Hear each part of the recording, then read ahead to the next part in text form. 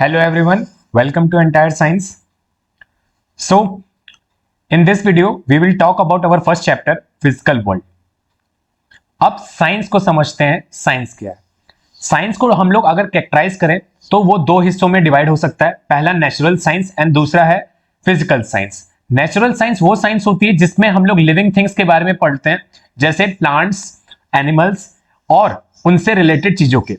और physical science जैसे कोई एक्टिविटी या कोई फिनोमिना अकर होता है, उसको हम लोग फिजिकल साइंस में पढ़ते हैं। तो फिजिकल साइंस में हम लोग जनरली फिजिक्स और केमिस्ट्री को इंक्लूड कर सकते हैं और इनकी सब ब्रांचेस इनके नीचे आती हैं। तो केमिस्ट्री में भी बहुत सारी सब ब्रांचेस हैं, फिजिक्स में भी बहुत सारी सब ब्रांचेस हैं। वैसे ही हमारे पास बॉटनी और जूलॉजी से भी रिलेटेड बहुत सारी सब ब्रांचेस हैं।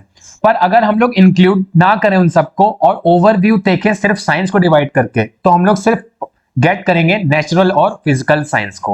तो we will talk about our topic that is physics. अब फिजिक्स को अगर मैं अंडरस्टैंड करता हूं, फिजिक्स को भी अगर और थोड़ा सा डिवाइड किया जाए तो वो आता है डेफिनेशन में, उसको अगर समझाएं तो a branch of a science that involve the study of physical world, energy, matter and how they are related. तो सिंपल सी डेफिनेशन अगर मैं समझाता हूं फिजिक्स की, तो वो होती क्या है? अगर ऐसी चीज जो कि हमें यह समझाए कि फिजिकल वर्ल्ड में चीजें कैसे काम करती हैं, एनर्जीज, मैटर और ये सब एक दूसरे से कैसे रिलेट करता है, उसको हम लोग बोलते हैं फिजिक्स। जनरली जो फिजिक्स वर्ड है वो एक ग्रीक वर्ड से डिराइव हुआ है जिसका मतलब होता है फिजिक, और फिजिक का मतलब होता है नेचर। अब नेचर कैसे काम करता है उसको हम लोग क्या करते हैं, अंडरस्टैंड करते हैं with the help of some concept, law, theorem and etcetera. अब फिजिक्स को डिवाइड करने के लिए दो वर्ड्स यूज कर सकते हैं, दैट इज मैक्रोस्कोपिक डोमेन और माइक्रोस्कोपिक डोमेन। अब मैक्रोस्कोपिक और माइक्रोस्कोपिक डोमेन में फिजिक्स को हम लोग क्या कर सकते हैं, डिवाइड कर सकते हैं। ओवरव्यू के हिसाब से समझाएं तो अब मैक्रोस्कोपिक क्या होता है और माइक्रोस्कोपिक क्या होता है, कुछ उसके एग्जांपल समझते हैं। मैक्रोस्कोपिक डोमेन का मतलब होता है वो चीजें जिनको हम लोग हायर लेवल पे पढ़ते हैं, मतलब कि ग्रेटर लेवल पे या बड़े मासेस के टर्म्स में, लैबोरेटरी के टर्म्स में या रियलिस्टिक टर्म्स में, टेरेस्ट्रियल में, एस्ट्रोनॉमिकल टर्म्स में। इनमें हम लोग क्या करते हैं कि हम लोग सिर्फ एक्सपेरिमेंट के थ्रू उस चीज को गेट करते हैं। लैब में अगर हम लोग क्या काम करते हैं, लैब में हम लोग सिर्फ यही तो गेट करते हैं कि लैब में जनरली काम क्या हो रहा है और हमें क्या रिजल्ट मिलने वाला है। रियलिस्टिक काम को देख लेते हैं, जैसे हम लोग वॉकिंग, रनिंग या ऐसी चीजें, बॉल को थ्रो करना, कैच करना, साइकिलिंग करना। तो ये सारे जो वर्क होते हैं इनको अंडरस्टैंड करने का जो टर्म है वो माइक्रोस्कोपिक में आता है। माइक्रो का मतलब हायर लेवल या बिगर थिंग्स में, कि ओवरव्यू के थ्रू समझ सकें कि वो चीज काम कैसे कर रही है, वो माइक्रोस्कोपिक डोमेन में आएगी। एस्ट्रोनॉमिकल इवेंट्स जैसे होते हैं, जैसे कि सोलर एक्लिप्स, लूनर एक्लिप्स, ये सारे इवेंट होते क्यों हैं, ये सब हम लोग अगर डिटेल में ना समझ के सिर्फ इतना समझें कि लॉ के थ्रू कैसे प्रूव हो रहा है कि सोलर एक्लिप्स, लूनर एक्लिप्स कैसे काम कर रहे हैं। वहीं माइक्रोस्कोपिक में होता है क्या कि एटॉमिक लेवल पे जब हम लोग चीजों को अंडरस्टैंड करते हैं, जैसे मॉलिक्यूल, एटॉमिक, न्यूक्लियर और ये सारी चीजें काम कैसे करती हैं। हमें पता है कि केमिस्ट्री में हम लोग ये सब चीजों को पढ़ते हैं कि एटम क्या होता है, एटम के अंदर क्या होता है, बट अगर मैं समझाऊं तो माइक्रोस्कोपिक पार्ट जो फिजिक्स का होता है वो हमें इस चीजों में डील करता है कि कौन सा मैटर किस मैटर से कैसे कंसिस्ट करेगा, एनर्जी कैसे कन्वर्ट होगी और कैसे उसमें चेंजेस होंगे या नहीं होंगे। तो दो तरीके से हम लोग फिजिक्स को डिवाइड कर रहे हैं, मैक्रोस्कोपिक और माइक्रोस्कोपिक। नेक्स्ट, माइक्रोस्कोपिक फिनोमिना कुछ क्लासिकल फिजिक्स में हम लोग गेट कर सकते हैं, जो हम लोग एक ब्रांच के थ्रू पढ़ते हैं फिजिक्स में। तो जो फिजिक्स की जो फेमस ब्रांचेस हैं जिनको हम लोगों ने पिछले प्रीवियस क्लासेस में पढ़ा है, जैसे कि मैकेनिक्स। अब मैकेनिक्स वो ब्रांच होती है जिसमें हम लोग ये अंडरस्टैंड करते हैं कि कोई फिनोमिना काम कैसे कर रहा है, लाइक कोई मशीन कैसे काम कर रही है, बॉल अगर रोल हो रही है तो बॉल कैसे रोल हो रही है, this is known as mechanics. और मैकेनिक्स को जो डेवलप किया था वो किया था गैलीलियो ने, वाज द फर्स्ट पर्सन जिन्होंने मोशन को स्टडी करना स्टार्ट किया। देन न्यूटन आए और अदर साइंटिस्ट आए, धीरे धीरे इन लोगों ने चीजों को स्टार्ट किया और ये बताया कि कैसे फिनोमिना अकर होते हैं। फिर हम लोगों को और पता चला कि इलेक्ट्रोडायनेमिक्स एक सेक्शन है जिसमें हम लोगों ने इलेक्ट्रिसिटी से रिलेटेड चीजों को स्टार्ट किया अंडरस्टैंड करना, कि चार्जेस कैसे मूव होते हैं, चार्जेस पे कैसे फिनोमिना अकर करते हैं। ये भी हमारे पास एक नई ब्रांच आई जिससे हम लोगों ने चार्जेस को अंडरस्टैंड करना समझा और इलेक्ट्रिसिटी, मैग्नेटिज्म से रिलेटेड चीजों को गेट किया। फिर लाइट के रिलेटेड अगर हम लोग बात करते हैं तो लाइट को जो फिजिक्स समझाती है वो ऑप्टिक्स के सेक्शन में आता है, और ऑप्टिक्स में हम लोग ये अंडरस्टैंड करते हैं कि लेंस, मिरर, लाइट कैसे रिफ्रैक्शन करता है, रिफ्रैक्शन फिनोमेना कैसे होता है, all this phenomena are covered in the optics. Thermodynamics, अब आसपास की चीजों को देखो तो हर जगह हीट एक जगह से जा रहा है, मतलब चाय अगर हम लोग रखते हैं तो थोड़ी देर बाद वो ठंडी हो जाती है। तो ऐसे फिनोमेना जिसमें एनर्जी का ट्रांसमिशन अंडरस्टैंड किया जाता है, लाइक हीट, कोई बॉडी लूज हो रही है, मतलब वार्म हो रहा है फिर वो कोल्ड हो जा रहा है, तो ऐसे फिनोमेना को अंडरस्टैंड करते हैं हम लोग थर्मोडायनेमिक्स में। तो ये तो एक ओवरव्यू हम लोगों ने गेट कर लिया कि फिजिक्स में कौन कौन से फिनोमेना हैं और उनको हम लोग किस वे में पढ़ते हैं।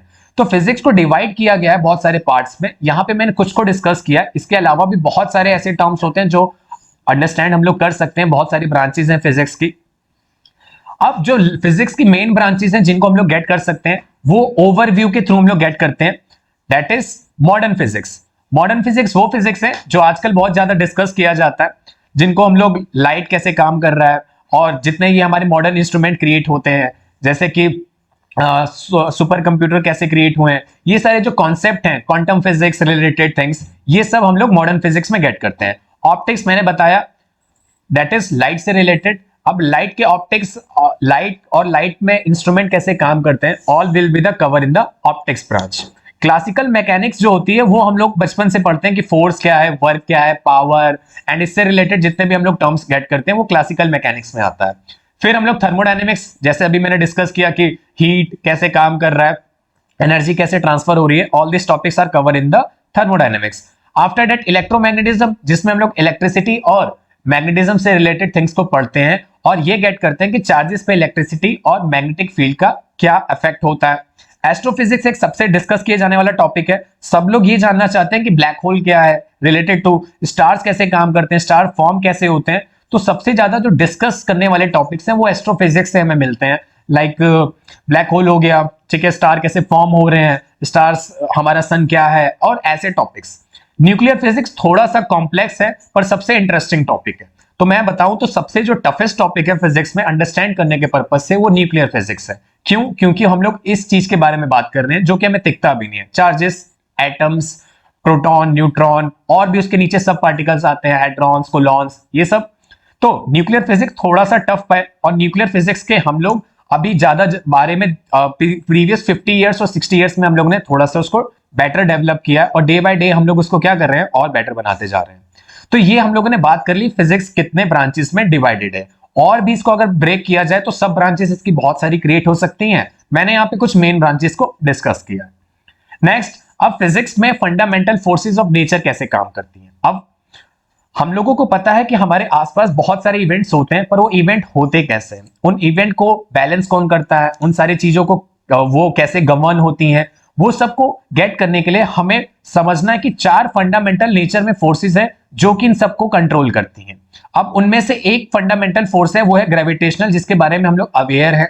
जैसे कि ग्रेविटेशनल फोर्स क्या होता है कि हर एक मास यूनिवर्स में एक दूसरे मास पे फोर्स अप्लाई करता है, जिसको न्यूटन ने सबसे पहले अंडरस्टैंड किया था और फॉर्मूले से बताया था हमें, F equal to capital G m1 m2 upon r square. अब इस फॉर्मूले से हम लोग ये गेट करते हैं कि अगर दो मासेस के बीच में फोर्स अप्लाई होगा तो वो कितना होगा, और यहाँ पे जो कैपिटल G है उसको हम लोग यूनिवर्सल ग्रेविटेशनल कांस्टेंट बोलते हैं, जिससे ये समझ में आता है कि ग्रेविटेशनल फोर्स एक मास में और दूसरे मास में कितना अप्लाइड होता है। दूसरी जो फंडामेंटल फोर्स होती है वो होती है इलेक्ट्रोमैग्नेटिक फोर्स। अब इलेक्ट्रोमैग्नेटिक फोर्स को हम लोग आगे फर्दर चैप्टर्स में स्टडी करेंगे, बस मैं ओवरव्यू इतना देना चाहता हूं कि ये वो फोर्स होती है जिससे इलेक्ट्रिसिटी और magnetic force, magnetic field force govern होती हैं या उनसे अंडरस्टैंड किया जा सकता है। तो इलेक्ट्रोमैग्नेटिक ही वही फोर्स है जिससे इलेक्ट्रिसिटी और मैग्नेटिक के बारे में हम लोग गेट करते हैं और ये फोर्स उनको कंट्रोल करती है।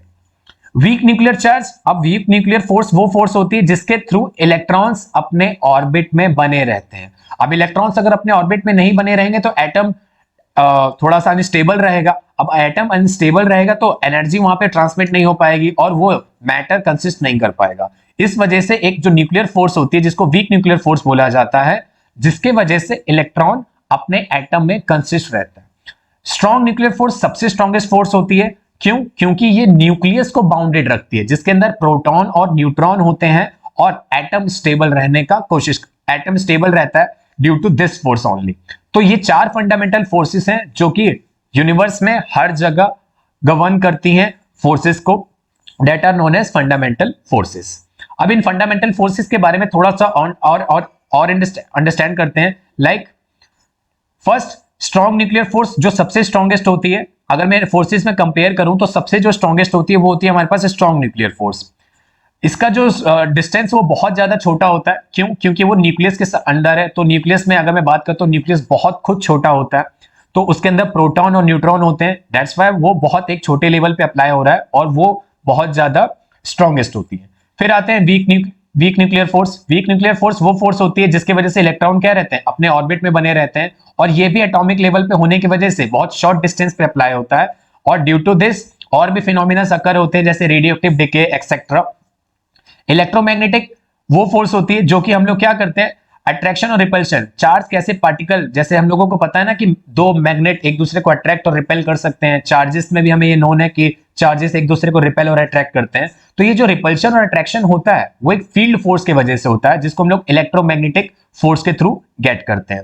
और लास्ट है ग्रेविटेशनल फोर्स। अब ग्रेविटेशनल फोर्स का काम क्या है, जैसे एक मैटर या एक मास दूसरे मास पे जो फोर्स अप्लाई कर रहा है, जिसके वजह से ग्रेविटेशनल फोर्स एग्जिस्ट होती है, उसको हम लोग ग्रेविटेशनल फोर्स के थ्रू गेट करते हैं। और ये सबसे वीकेस्ट फोर्स होती है, ये बहुत ज्यादा वीक होती है। इवन सारे फोर्सेस में अगर कंपेयर करूं तो gravitational force is the weakest force. But इससे ये मत कंफ्यूज होना कि वो किसी मतलब कि वीक होने का मतलब ये है कि वो बहुत लार्जर डिस्टेंस पे भी अप्लाई होता है। इस रीजन के वजह से हम लोग उसको दूसरे फोर्सेस के कंपैरिजन में वीक मानते हैं। नेक्स्ट, कंजर्व क्वांटिटी कौन सी होती है? अब कंजर्व क्वांटिटी हमें जनरली ये अंडरस्टैंड करने में हेल्प करती है कि फिजिकल प्रोसेस जो होते हैं उनमें कुछ लॉ काम करते हैं जो कि कंजर्व रहते हैं। अब लॉ ऑफ कंजर्वेशन हम लोगों ने इससे पहले बहुत सारे क्लासेस में 9th 10th में पढ़ रखा है, 8th में इवन सिलेबस में दिया रहता है कि energy neither be created nor be destroyed. अब ये ऐसे लॉज होते क्या है? तो कंजर्वेशन का मतलब ये होता है कि जो फिक्स हो, नेचर में चेंज ना हो रहा हो इवेंट के हिसाब से। ऐसा नहीं कि एक इवेंट में वो नेचर में कुछ और कर रहा है और दूसरे में कुछ और हो जाएगा। तो जो फिक्स होते हैं क्वांटिटीज जो कंजर्व रहती हैं, उनको हम लोग एक लॉ के थ्रू गेट करते हैं। और टोटल हमारे पास 6 लॉज दिए हुए हैं जो कि हमें ये समझाते हैं कि वो क्वांटिटीज कैसे कंजर्व रहने वाली हैं। तो पहला जो इसमें इंपॉर्टेंट जो है मैं डिस्कस कर लेता हूं एक एक को। तो law of conservation of mass, law of conservation of energy, law of conservation of linear momentum, law of conservation of angular momentum, law of conservation of charge and law of conservation of parity. तो इतने सारे charges जो इतने सारे जो laws हैं वो conservation पे अप्लाई किए जाते हैं, मास पे, एनर्जी पे, linear momentum, angular momentum, charge और पैरिटी पे। जो इसमें सबसे ज्यादा कॉमन है वो है हमारे पास मास और एनर्जी को लेके। तो ये कई बार हम लोगों ने पढ़ा भी है पहले भी कि energy neither be created nor be destroyed, it can transfer from one body to another. तो इसको डिस्कस करते हैं। अब law of conservation of energy के हिसाब से होता क्या है कि एनर्जी ना क्रिएट की जा सकती है यूनिवर्स में, ना डिस्ट्रॉय की जा सकती, सिर्फ वो एक बॉडी से दूसरी बॉडी में क्या होती रहती है, ट्रांसफर होती रहती है। और इसी को कहते हैं हम लोग law of conservation of energy. अब law of conservation of charge क्या होता है? Law of conservation of charge का मतलब है, जिसको हम लोग बोलते हैं, charge neither be created nor be destroyed, it can only be transferred from one body to another. हमेशा जो चार्जेस होते हैं वो एक बॉडी से दूसरी बॉडी में ट्रांसफर होते हैं और उनको ना किया जा सकता है ना डिस्ट्रॉय किया जा सकता है। और किसी भी एक सिस्टम में हमेशा ये नेट चार्ज कंजर्व रहते हैं। Last, law of conservation of mass, mass neither be created nor be destroyed during physical और केमिकल रिएक्शन। हमेशा किसी भी रिएक्शन में एंटोनी लेवोजिर ने ये बताया था हमें कि लॉ ऑफ कंजर्वेशन मास ये बताता है कि कोई भी फिजिकल या केमिकल रिएक्शन की जाए तो उसमें जो टोटल मास ऑफ रिएक्टेंट होता है वो हमेशा प्रोडक्ट के इक्वल होता है। इससे हमें ये समझ में आता है कि कोई भी रिएक्शन में ना मास क्रिएट हो रहा है ना डिस्ट्रॉय हो रहा है, वो हमेशा क्या है, कांस्टेंट रहता है। अब डेली लाइफ के एग्जांपल से समझाता हूं कि साइंस और जनरली फिजिक्स क्यों इतनी इंपॉर्टेंट है। फिजिक्स से अगर मैं समझाऊं तो आसपास जितने भी हम लोग चीजों को गेट करते हैं, एक सिंपल सा मोबाइल फोन से लेके एक सिंपल सा वॉशिंग मशीन या फैन, सब कुछ लॉ ऑफ फिजिक्स के थ्रू एक बैलेंस फॉर्म में काम कर रहा है। तो टेक्नोलॉजी के थ्रू अगर मैं इसको गेट करता हूं तो बहुत सारे अप्लायंसेस हमारे आसपास और डेली लाइफ के बहुत सारी ऐसी चीजें जो फिजिक्स के थ्रू परफेक्टली काम करती हैं। उनमें जैसे स्टीम इंजन है, वो लॉ ऑफ थर्मोडायनेमिक्स पे काम करता है जो फिजिक्स का है। कंप्यूटर डिजिटल लॉजिक्स पे काम करते हैं जो हम लोग आगे 12th क्लास में फिजिक्स में अंडरस्टैंड करेंगे। Rocket repulsion, Newton's law of motion जो कि सबसे इंपॉर्टेंट है। इलेक्ट्रिक जनरेटर फेरेडेस के लॉ पे काम करता है। तो ये सारे लॉस क्या करते हैं, फिजिक्स के लॉ, अप्लायंसेस फिजिक्स के लॉ पे काम करते हैं। एरोप्लेन बर्नौलीज प्रिंसिपल पे, optical fibre total internal reflection of light पे। तो यहाँ पे मैंने कुछ एग्जांपल्स दिए हैं जो कि हम लोग अप्लायंसेस के थ्रू डेली लाइफ में यूज करते हैं। रेदर देन दैट बहुत सारी ऐसी चीजें हैं जहां पे फिजिक्स अप्लाई होती है। ऑलमोस्ट अगर मैं बात करूं तो डेली लाइफ में physics is the most important role playing in our life. अब इसको थोड़ा सा अंडरस्टैंड करते हैं एक फिगर के थ्रू। यहां पे देखो फिजिक्स में मैंने एक थोड़ा सा इंपॉर्टेंट एक डायग्राम में समझाया कि हमारे आसपास हर जगह फिजिक्स है। चलने से लेके भागने से, बैठने से, लेटने से लेके हर चीज में फिजिक्स अप्लाई होती है। हम लोग कोई भी वर्क करते हैं हर जगह वहां पे फिजिक्स का रोल रहता है। क्यों? क्योंकि फोर्सेस वहां होती हैं, एनर्जीज होती हैं। तो ये सब चीजें जो है अंडरस्टैंड हम लोग करते हैं वो फिजिक्स के थ्रू करते हैं।